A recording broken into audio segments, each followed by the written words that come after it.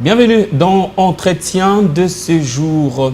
Le président de la République, Félix-Antoine Tshisekedi, a donné le coup d'envoi le 31 mars dernier de la table ronde sur les génocosts. Comme vous le savez, les génocosts, c'est le génocide pour le bien économique en République démocratique du Congo. Cette table ronde vise donc l'appropriation de citoyens de la République démocratique du Congo. Et l'objectif poursuivi pour ces assises de 4 jours sera donc de présenter un programme d'insertion sur le programme scolaire et universitaire et aussi le programme de médias et le langage commun d'un discours de prise de conscience collective et des perpétuations de connaissances sur l'histoire des exactions commis ou des crimes commis en République démocratique du Congo depuis 1993. Et en conclusion, ça vise donc la promotion d'une culture de la paix en République démocratique du Congo. Et nous aurons donc à brosser ces tableaux, ces thématiques avec le professeur Carlos Moupili, qui est expert en droit de conflit armé et président national du Conseil suprême de la société civile en République démocratique du Congo. Professeur Carlos Moupili, bienvenue dans Entretien. Oui, bonjour, M. Riffin. Je salue aussi tous les téléspectateurs de Digital Congo. Et voilà, le président a donc eu à brosser un tableau où il est revenu sur les crimes perpétrés sur fond de pillage des richesses de ressources naturelles en République démocratique du Congo. Ces richesses, comme vous le savez, qui divisent la partie orientale de la RDC depuis presque 3 décennies. Le président est revenu sur la situation, brossant ainsi plus de 10 millions de morts dans la partie orientale, 7 millions de déplacés internes et aussi on parle de 27 millions de femmes et des enfants qui sont en insécurité absolue pratiquement chaque jour dans la partie orientale. Professeur Carlos Moupili, en écoutant ces statistiques et en voyant cette table ronde lancée par le chef de l'État, quelle est votre analyse autour de ces génocosts? Oui, étant de la société civile, nous encourageons tout projet ou toute initiative allant dans le sens de la commémoration ou de la sensibilisation de la population congolaise sur les drames que nous sommes en train de vivre depuis plusieurs décennies. Je crois l'année passée, c'était le lancement du Génocost, de la commémoration du Génocost depuis, c'était le 2 août 2024 où nous avons pris part activement. Et là, c'était vraiment un cadre qui se voulait inclusif. Malheureusement, ça n'a pas été organisé ici. On a transplanté ça à Kisangani. Et c'était aussi très bien parce que Kisangani représente la ville martyre où il y a eu la guerre des 6 jours, où des armées on a entendu des témoignages très poignants ces jours-là. Évidemment. Maintenant, la table ronde, je pense que c'est dans le sens de préparer les 2 août de cette année, mais d'une manière très scientifique. Bon, quand on participe pas, je crois que cette table ronde va atteindre les objectifs selon les termes de référence qui ont été assignés. Exactement. Voilà un peu ça. Depuis 30 ans, la République démocratique du Congo vit cette guerre injuste, ce qui appelle sur les richesses du sous-sol de la République démocratique du Congo. L'humanité ne parle peu ou l'humanité ne parle souvent pas de cette guerre oubliée en RDC. Est-ce que cette table ronde, selon vous, professeur, viendra porter un autre regard par rapport à cette guerre oubliée dans la partie orientale de la RDC? Oui, ça dépendra du produit, ok? C'est-à-dire des produits du travail de cette table ronde. Il faut savoir que lorsqu'on mène un projet, il faut toujours le soumettre dans des choses, la validité et la faisabilité. C'est-à-dire, lorsqu'on est trop ambitieux à vouloir quelque chose qui n'est pas si facilement faisable, là, nous risquons de rester encore dans le rêve. Mais si on reste pragmatique, de commencer avec ce que nous pouvons commencer à faire, je pense qu'on peut atteindre la médiatisation, vendre les problèmes de notre génocide. Est-ce que la communauté internationale peut réagir autrement en écoutant la voix de ces génocostes? Oui, mais souvent, nous, on veut demander à la communauté internationale de faire notre travail. Okay. Pourtant, nous, on n'a pas encore commencé. C'est ça d'abord notre problème. C'est que nous sommes un pays qui a connu un drame humanitaire. On peut dire même une holocauste, une catastrophe humanitaire écologique. Mais après, nous avons semblé oublier les vrais problèmes. Et parfois, même les enfants qui naissent ne connaissent pas l'histoire. C'est pourquoi ce genre d'initiative telle que c'était lancée l'année dernière, et même la table ronde, ce sont des initiatives à encourager. Pourquoi? Parce que nous nous trouvions dans une situation très complexe, contrairement aux autres États. Parce que vous savez, lorsqu'on parle de génocide ou bien d'Holocauste, c'est après la Seconde Guerre mondiale, où le régime d'Hitler a été vaincu et tous les dignitaires de ce régime ont été jugés, condamnés à mort. D'autres condamnés à perpétuité, d'autres 30 ans, d'autres, ils ont réussi à s'enfuir. Et que c'était le nouveau régime pro, les vainqueurs de la guerre, qui a régné en Allemagne. Et c'est comme ça que les discours, les narratifs sur les génocides, sur les crimes d'Hitler ont été vendus au niveau national comme à l'international. Au Rwanda, c'est la même chose. Exactement. C'est que quand le régime d'Habyarimana, qui a commis les génocides, a été renversé, tous les dignitaires proches d'Habyarimana ont fui au Congo comme dans d'autres pays voisins.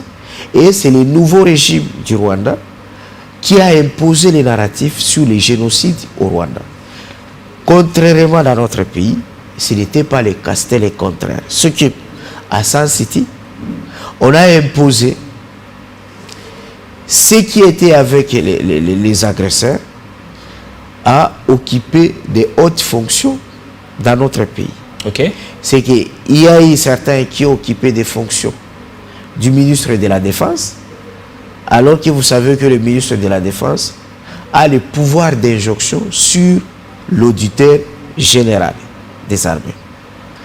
Après, nous avons vu un ancien du RCD et du MLC devenir le patron du média pendant plusieurs années. Exact.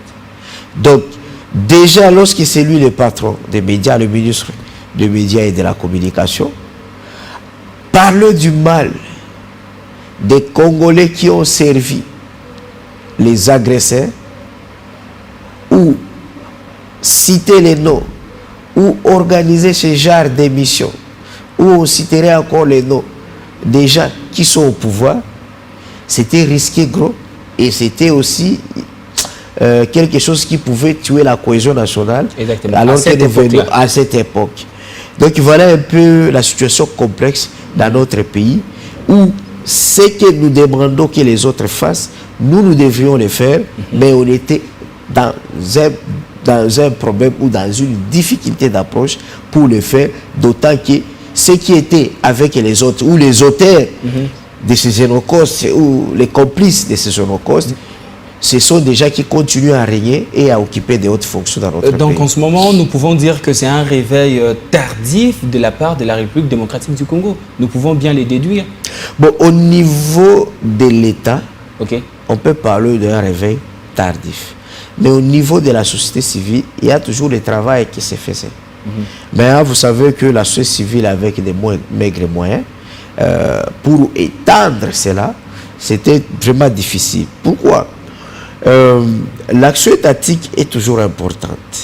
J'entends pour certains objectifs qu'on va intégrer certains programmes au niveau de la scolarité, ce qui est une bonne chose. Je vous donne l'exemple de la Chine. La Chine a été agressée, occupée par le petit pays, le Japon. Mais lorsque le Mao Tse-tung, le leader chinois, a réussi à renverser les choses, qu'est-ce qui s'est passé? Mao Tse-tung va créer une école qu'on appelle Académie militaire et politique anti-japonais. Okay. C'est comme ça que ça s'intitule. Et comment il justifie ça? Il dit, nous en commémorant ou en enseignant l'histoire tragique de la Chine, ce n'est pas pour apprendre la vengeance ou la rancune des Chinois contre les Japonais. Mais c'est pour prendre des précautions, pour dire à la génération présente, la Chine, qui est à l'image d'un éléphant, a été agenouée par un petit écureuil qu'on appelle le Japon. Donc, prenez conscience pour que l'histoire ne puisse plus se répéter. Voilà. À ce jour, il y a eu des initiateurs, il faut le dire, de ces Génocost. En premier volet, je vous poserai la question, est-ce qu'à cette table ronde, ces initiateurs ont été associés? Bon, ça, je ne sais pas. Vous savez, chez nous, au Congo, ce qui tue, c'est parfois les intérêts partisans. Hein. Okay. Surtout quand j'attends que le président de la République serait là ou il sera là, c'est que l'argent est venu. Quand l'argent vient du trésor public, chacun s'improvise pour être organisateur et chacun veut venir intervenir sur une histoire qu'il ne connaît pas. Exactement. Ou dans une matière où il n'a pas d'expertise. Et pour tricher, les gens s'appellent des experts. Parce qu'au Congo, lorsque quelqu'un s'appelle expert, attention, c'est-à-dire il veut tricher dans un domaine où il n'a pas la qualification. Oui, il ne maîtrise pas. Oui, c'est Alors, en deuxième volet, pensez-vous que cette table ronde est une récupération, table ronde évidemment sur les Génocost, est une récupération politique ou ça vise vraiment à pouvoir mettre en place la reconnaissance sur ce qui s'est passé en République démocratique du Congo et aussi à pouvoir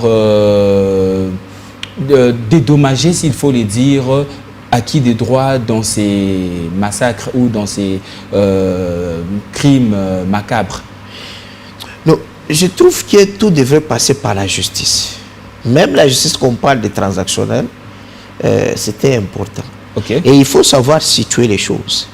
Parce que j'entends les gens qui n'ont pas une histoire de ce qui s'est passé à l'Est.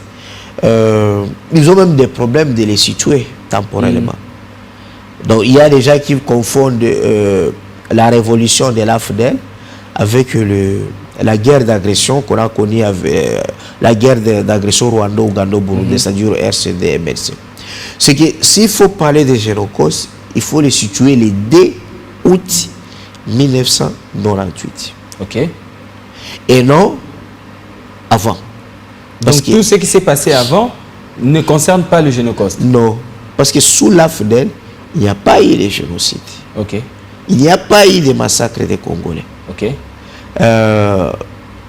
Les morts qu'on impute, même dans les rapports mapping, c'est les morts des réfugiés Hutus rwandais.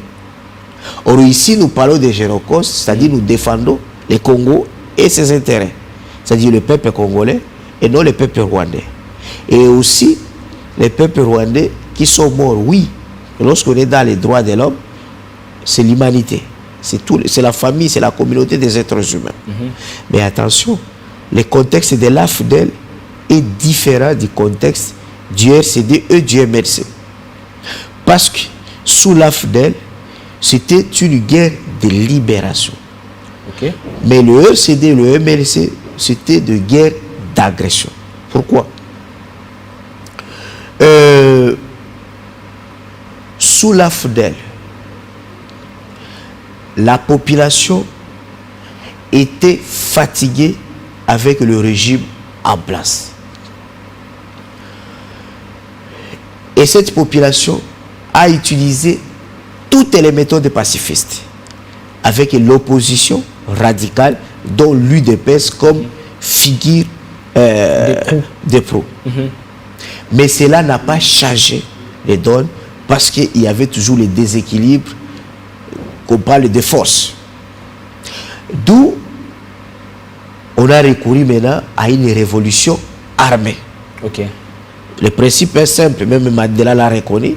Il faut que l'opprimé s'adapte à la méthode de son agresseur, de son oppresseur. Alors, pour décider les rapports de force, on chasse la dictature armée par une rébellion armée. Et là, il n'y a pas un problème. Même l'article 20 de la Charte africaine des droits de l'homme reconnaît ça. Lorsque le peuple est opprimé, lorsque le peuple est victime des violations des droits de l'homme, le peuple peut recourir à la rébellion. Même le droit international public reconnaît le principe d'autodétermination d'un peuple. Okay. Donc ça, ce n'est pas un problème.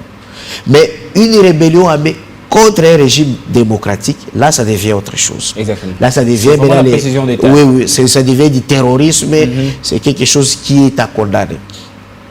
Alors, l'AFDEL dans sa configuration a été acceptée, légitimée par la population zaïroise de l'époque et même par l'opposition. Il faut reconnaître que... L'opposition à l'époque menée par le feu Etienne Tshisekedi. Parce qu'à l'époque, il y avait aussi un narratif de considérer l'AFDEL comme une guerre d'agression. Par Mobutu, par l'archevêque Mosengo de Kisangani, qui était le président du Haut Conseil de la transition, et même l'archevêque Mouziwa, paix à son âme, de Bukavu. Mais le président de l'UDPS à l'époque, charismatique, c'est celui qui va éclairer la population zaïroise pour dire que non, Kabila c'est mon frère, nous menons la même lutte. Mais c'est seulement, ce sont des méthodes qui diffèrent. Kabila utilise la méthode armée, moi j'utilise la méthode pacifique. Et c'était comme ça.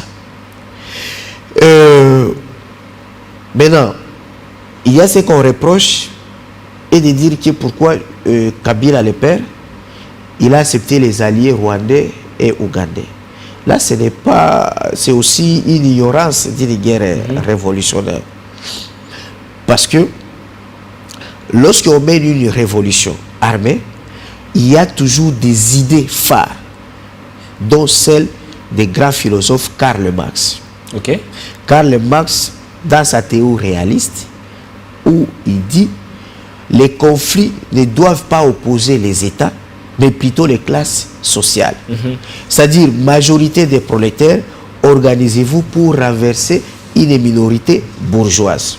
Okay. C'est ce qui fait que, dans cette optique-là, vous allez voir, par exemple, au Kiba, ceux qui ont pris la vanne, la capitale de Kiba, ce n'était pas Castro Fidel, c'était Camilo et Che Guevara. Exactement. Che Guevara qui est argentino-espagnol. Exact. Et Castro Fidel, une fois devenu président de la République, il a nommé un argentino-espagnol ministre d'État. Donc, le docteur Che Guevara. Un peu ce qui s'est passé au Congo à l'entrée de l'AFDEL. Et évidemment, on y arrivera. Vous allez en Chine. La Chine de Mao a eu aussi l'appui des Cambodgiens, des Mongoliens. Et après, la Chine a appuyé militairement la Corée du Nord. Donc, le grand-père de l'actuel Kim Il-jong-un, le Kim Il-sung, il a eu l'appui de l'armée chinoise contre la Corée du Sud. Et ce qui est encore à dire là, c'est que les jours où on récupère la capitale Pyongyang, c'est les jours où le fils unique de Mao va tomber. Et il sera enterré à Pyongyang. Mais est-ce que vous avez déjà entendu la Chine réclamer des terres en Corée du Nord? Non. Pas du tout. Vous arrivez en Afrique. En Afrique, Museveni qu'on parle, c'est un étudiant, il était étudiant civil en sciences politiques à l'université de Dar es Salaam. Ok, en Tanzanie. Oui. Et qui va l'inspirer dans la guerre révolutionnaire? C'est Laurent Désiré Kabila. Quand il venait animer ses conférences, débats à l'université de Dar es Salaam. c'est comme ça que Museveni devient admirateur de Laurent Désiré Kabila. Exactement. Et il va finir ses études. Il va songer aussi à devenir maquisard. Et c'est comme ça que Papa Ismaël Tutemoto et puis les colonels Mouzaïlo vont le faire traverser au maquis d'Ewabora. Et c'est là où Museveni va apprendre à tirer. Il va faire 45 minutes. Auprès du feu président Laurent Désiré Kabila. Oui, mais il sera maintenant en province. Il n'était pas à la capitale. Okay. Il était du côté de Wimbidir. Donc, Museveni, il a appris son apprentissage comme maquisard, c'est dans le maquis de Laurent Désiré Kabila. Donc, Museveni rentre, il va faire l'expérience à Mogadiscio, et après, il sera appuyé par l'armée tanzanienne, l'armée nationale tanzanienne, avec les Congolais, dont certains maquisards de Moussé, avec les Rwandais, dont Paul Kagame, les James Kabarebe et Kaumba, et ils vont renverser les pouvoirs en Ouganda. Imin Dada. Il faut devenir président maintenant en Ouganda. Comme on vous dit toujours qu'avec les idées révolutionnaires, internationalisme, c'est ça, la doctrine c'est l'internationalisme. Museveni Ougandais va nommer les Rwandais Paul Kagame patron de renseignement. Et Paul Kagame, comme James Kabarebe, sont allés étudier aux États-Unis comme des Ougandais. Amin Dada tombé, et puis on nomme Paul Kagame en Ouganda. Non. Lorsqu'on renverse les pouvoirs en Ouganda, Museveni s'autoproclame président de la République. Exactement. Et quand il s'autoproclame président de la République, il a avec lui ses camarades maquisards des nationalités différentes. Exactement. Dont Paul Kagame. Dont Paul Kagame. Qui n'a pas commencé au Rwanda, mais qui commence comme patron de renseignement en Ouganda. Exactement. Et il va étudier aux États-Unis comme un Ougandais. Et après un temps, l'Ouganda, les Congolais, vont aider aussi les Rwandais à renverser les pouvoirs d'Abiyarimana. Et c'est comme ça que le régime de Paul Kagame va s'installer aussi. Vous comprenez un peu ça? Exactement. Donc, avec l'idéologie internationalisme, la question ce n'est pas la nationalité, mais la question c'est les classes sociales. Et c'est ce qui avait couronné. Mais là c'était le tour de Laurent Désiré Kabila aussi. Parce qu'il les a aussi aidés et aussi devraient venir l'aider, surtout qu'ils avaient aussi des intérêts pour sauvegarder la menace qui était de leur côté. Il y avait la menace des LRA, il y avait la menace de ADF Nalou, parce que ADF c'est l'armée de Idi Amin Dada qui était là depuis 1984-85. De l'autre côté aussi, Kagame avait peur de la menace de toute une armée rwandaise, des ex-FAR et les Interahamwe qui s'entraînaient déjà tout au long des frontières. Voilà un peu ce qui s'est passé.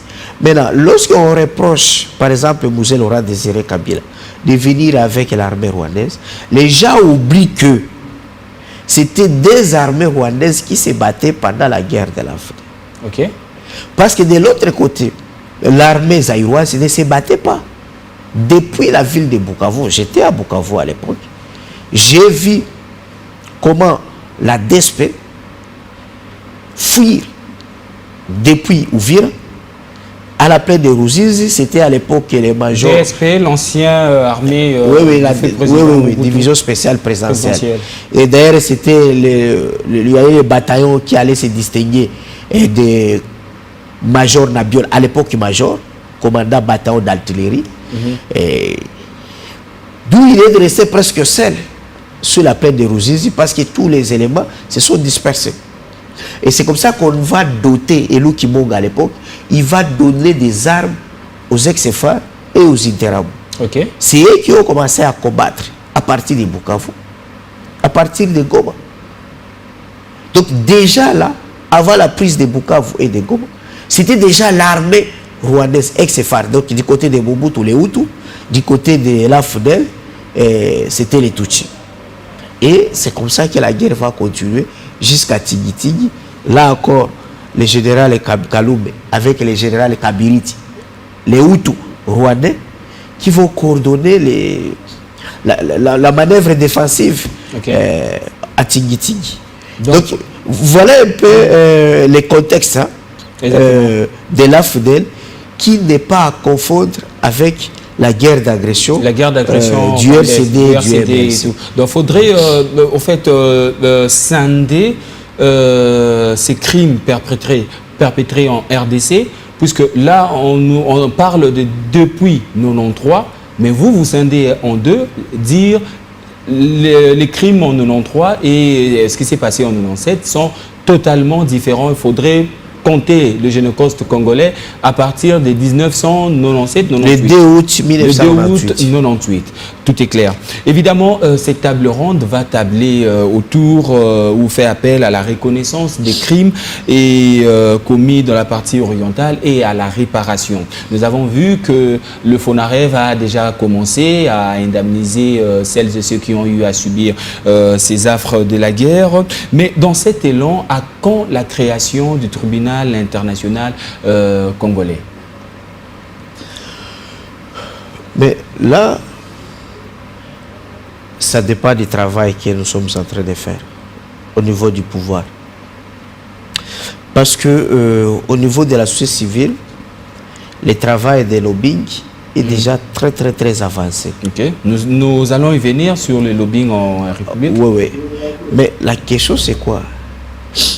Si vous voulez créer le tribunal pénal spécial, il appartient au gouvernement d'adresser une correspondance au secrétaire général de la société. Okay.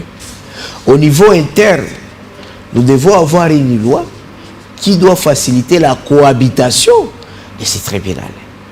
Donc, il y a beaucoup de choses que nous, on doit faire. Okay. Parce que le grand problème de notre pays, c'est que les politiciens veulent confondre les droits aux actions politiciennes. Les actions politiciennes, c'est des tapages pour que le président voit que je travaille ou bien je fais quelque chose. Un peu du populisme en quelque sorte. Du populisme, mais à l'intérieur, vous verrez qu'on ne fait rien. Okay. Vous avez vu par exemple les gens qui demandent que le procureur puisse déjà, de la CPI, puisse déjà lancer des mandats contre Kagame ou bien contre tel, ou bien contre Nanga et consorts. Alors que quand on analyse les choses d'une manière judiciaire et juridique, vous verrez qu'il y a parfois des actions que nous faisons, ça bloque même la CPI. Ok. Je vous donne l'exemple. Les actions à l'interne? Oui, à l'interne. Comme quelle action? Je vous donne l'exemple. Le procureur de la CPI était ici. Mais avant qu'il soit ici, nous, on était à l'AE. Exact. Où on a présenté la situation et le bureau du procureur avait même fait un communiqué pour dire qu'il a déjà déployé des enquêteurs principaux. Maintenant, ce qu'il faut savoir que la CPI, c'est une juridiction de complémentarité. Okay. C'est-à-dire, lorsque la justice nationale n'est pas capable de faire quelque chose, c'est là où la CPI peut faire quoi? Intervenir. Peut intervenir.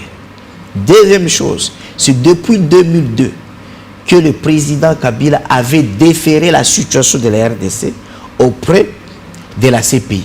Okay. Donc, on n'a plus besoin d'aller déposer une plainte. Une nouvelle plainte. Une nouvelle plainte. Parce que le bureau du procureur exerce en permanence le monitoring des enquêtes sur la RDC à ce qui concerne les crimes qui relèvent de sa compétence. Mais vous allez voir un ministre de la Justice prendre de l'argent de l'État, faire des missions, aller déposer une plainte à la CPI. Controverse, manœuvre. On ne comprend pas. Comment? Alors que ce qu'il devrait faire, il ne le fait pas. Et je vais vous le démontrer. Terminons d'abord. On a organisé un procès ici, au niveau de la justice militaire, contre Nanga et consorts. Et vous condamnez Nanga. Condamné à mort. Et consorts, condamné à mort. Quand vous les condamnez, C'est-à-dire, vous bloquez la CPI d'actionner l'action publique contre Nanga et les consorts. Puisque c'est un condamné à mort. Non, parce que déjà la justice nationale s'est dit capable de les juger. De les juger. Ok. C'est ce que nous avons connu avec Kounda Batouar. Kounda Batouar n'a jamais connu un mandat de la CPI. Tout simplement parce que notre justice avait décerné un mandat international contre Kounda Batouar. Bosco Taganda, on n'a jamais décerné un mandat. C'est pourquoi Bosco Taganda s'est retrouvé à la CPI au nom de la complémentarité. Donc, vous comprenez un peu ça. Donc les gens qui ne comprennent pas comment fonctionne la CPI conformément au statut de Rome, ils peuvent dire que non, nous ne sommes pas aimés, pourquoi la CPI lance des mandats contre Poutine et les autres, mais pourquoi pas ils ne lancent pas contre tel. Ça, c'est déjà un problème. Mais le deuxième problème, c'est que parfois nos autorités font des choses, peut-être pour la consommation médiatique, alors qu'il y a un travail de fond qui devrait être fait. Par exemple, nous connaissons tous que lorsqu'on est devant une juridiction internationale, on ne doit pas se comporter comme si on était au niveau de la devant la justice congolaise. Parce qu'au niveau de la justice congolaise, on condamne quelqu'un malgré les doutes. Là, pour que même le procureur de la CPI décerne des mandats, il doit être vraiment sûr, donc être au-delà de tout doute raisonnable. Parce qu'il dubio pro reo. Les doutes profitent à l'accusé. Alors, vous dites qu'il y a, par exemple, nous disons qu'il y a eu autant de morts. Oui, il y a eu autant de morts. On parle de massacres de Makobola, on parle de massacres de Bukavu-Goma. De Bukavu-Goma, tout ceci. Mais allons d'abord avec les crimes qui ont été commis après 2002. Ok? Tous ces crimes-là, après que le Congo puisse récupérer ou imposer son autorité de l'État, que doit faire maintenant le ministre de la Justice? C'est des documents de preuves. Voilà ce que le bureau du procureur a besoin. La collaboration avec la justice congolaise. Parce que ce que nous, on peut faire, nous, les ONG, nous prenons des photos, nous envoyons. Mais les photos ne sont pas de preuves. Je vous donne un exemple. En une minute? Oui. Nous parlons de morts.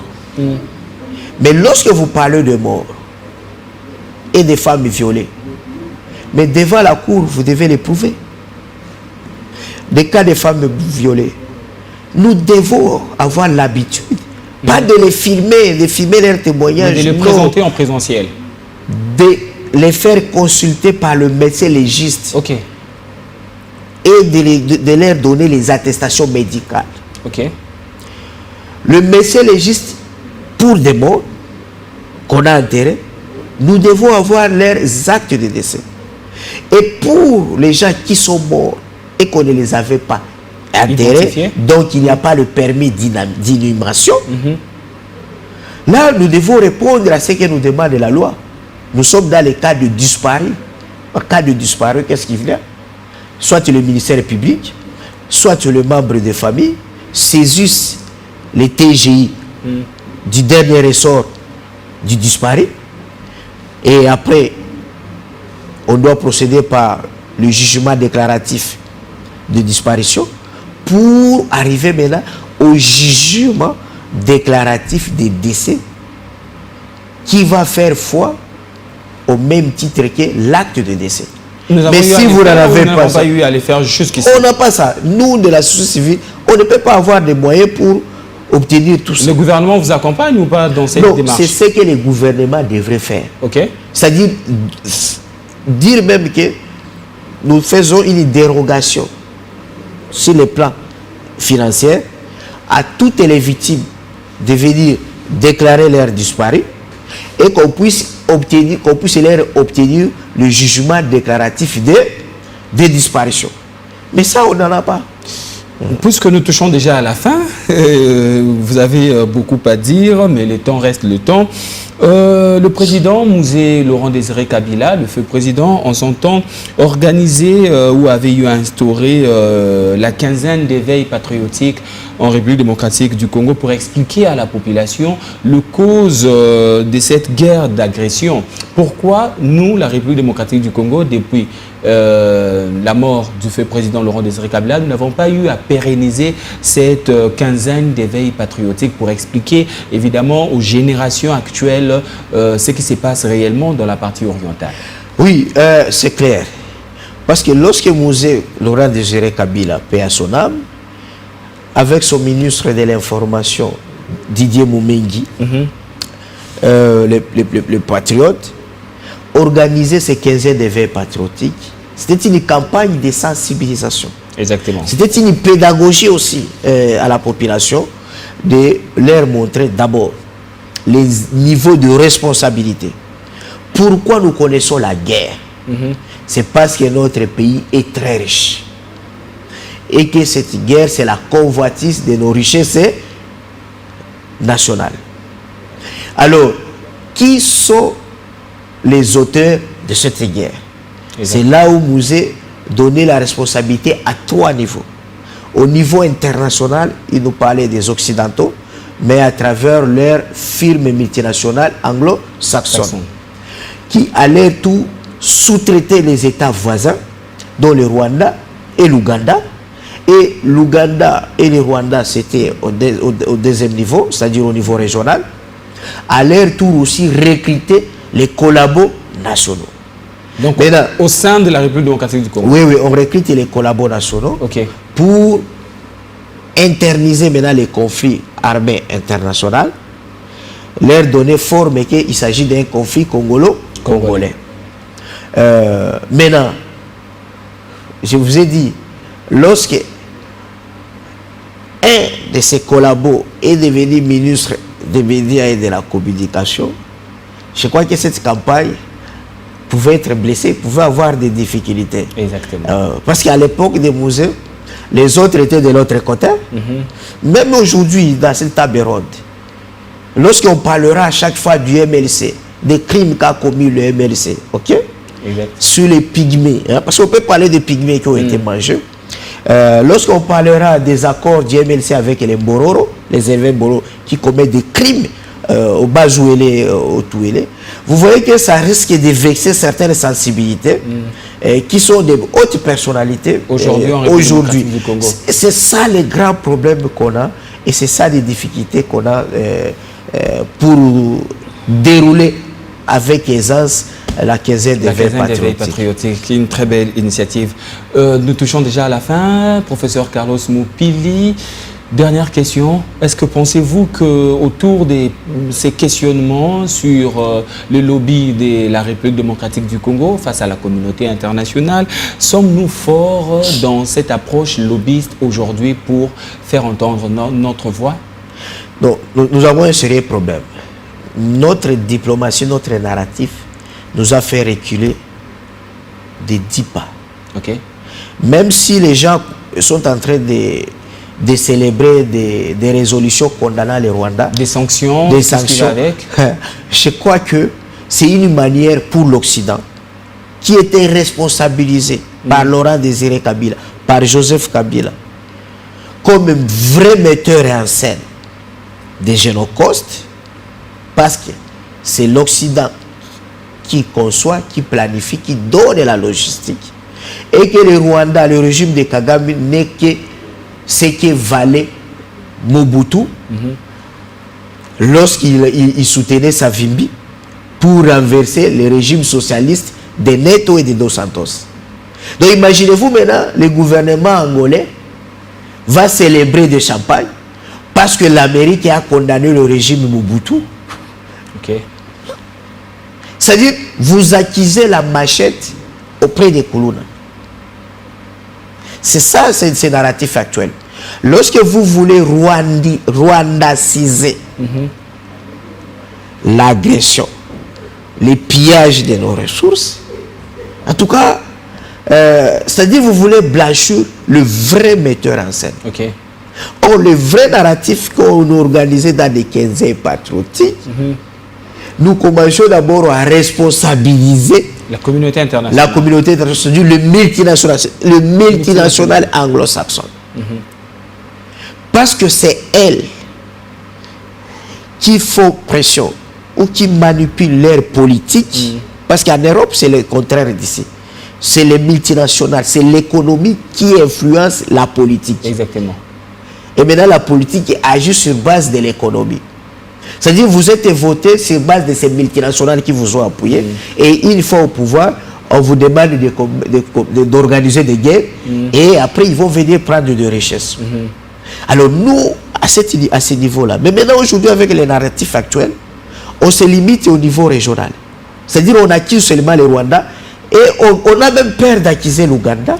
Alors que nous connaissons aujourd'hui que sans nous, on allait déjà arrêter même les gouverneurs militaires de l'Ituri. Par les chefs d'état-major, fils de Museveni, moi aussi. Donc, cette manière-là, je pense que nous sommes en train de nous rendre encore un morceau dur. Parce que les gouvernements des pays occidentaux se comportent comme nos hommes politiques. Aucun ministre qui construit 10 maisons a le courage de dire à ses enfants que bon, on a joué à Moïbi. Il dit toujours je suis excellence, c'est pourquoi je suis riche. Et c'est comme ça aussi avec les États occidentaux. Vous pouvez discuter avec un professeur économiste français, il ne vous dira jamais que les PIB ou l'économie française est forte parce que il y a les pillages des pays africains. Non. Il vous dira moi c'est parce qu'il y a la bonne gouvernance. C'est comme ça. Alors, quand nous, avec notre narratif, on les accusait de piller nos ressources, ils étaient mal à l'aise. Et maintenant, avec les narratifs actuels, où on accuse les Rwandais auprès d'eux, ils trouvent vraiment une raison facile de se blanchir, de se dédouaner auprès de leur société civile, pour dire que voilà, ils ont accusé les Rwandais, nous sommes innocents, et voilà, nous prenons même des résolutions, des fantasmes, nous condamnons, nous sanctionnons, et alors, et après, voilà un peu ça que j'ai pu dire. Merci beaucoup, professeur Carlos Mupili. En 30 secondes, votre dernier mot. Deux choses qu'il faut reconnaître à ce qui se passe à l'Est. Première chose, c'est que nous vivons un conflit armé international, mais internisé. Avec 3 niveaux. Premier niveau, ceux qui sont les metteurs en scène, qui conçoivent, qui planifient, qui donnent la logistique, ce sont les multinationales. Deuxième niveau, on trouve maintenant les sous-traitants, l'Ouganda et le Rwanda. Et au troisième niveau, on voit maintenant les collabos nationaux, c'est-à-dire les Congolais. C'est ce qui s'est passé pendant le RCD, pendant le MRC. Deuxième chose qu'il faut retenir, l'insécurité de l'Est est sécurisée. Nous vivons une insécurité sécurisée au niveau international, au niveau régional, au niveau national. Au niveau international, cette insécurité est sécurisée par certaines puissances qui siègent au Conseil de sécurité comme membre permanent. C'est pourquoi il y a toujours des résolutions faibles pour notre avantage, pour imposer la paix. La paix en République démocratique. Au niveau régional, même chose. Au niveau national, il y a plusieurs Congolais dans l'armée, dans la politique, qui gagnent beaucoup d'argent à cause de cette insécurité à l'Est. C'est pourquoi nous vivons une insécurité sécurisée. Merci. Merci beaucoup, professeur Carlos Mupili. Je rappelle, expert en droit des conflits armés et président national du Conseil suprême de la société civile en République démocratique du Congo, d'avoir répondu à toutes nos questions sans filtre. Merci aussi à vous, madame, monsieur, d'avoir suivi entretien de ces jours. Vous avez suivi le professeur Carlos Moupili. Il a même eu à remonter l'histoire, le devoir de mémoire, pour comprendre le vrai cause de ces génocaustes, comme aujourd'hui nous en parlons, et de la commémoration à venir. Nous y reviendrons au moment où vous nous demanderez, et continuez donc de suivre Digital Congo. Portez-vous bien de partout où vous êtes.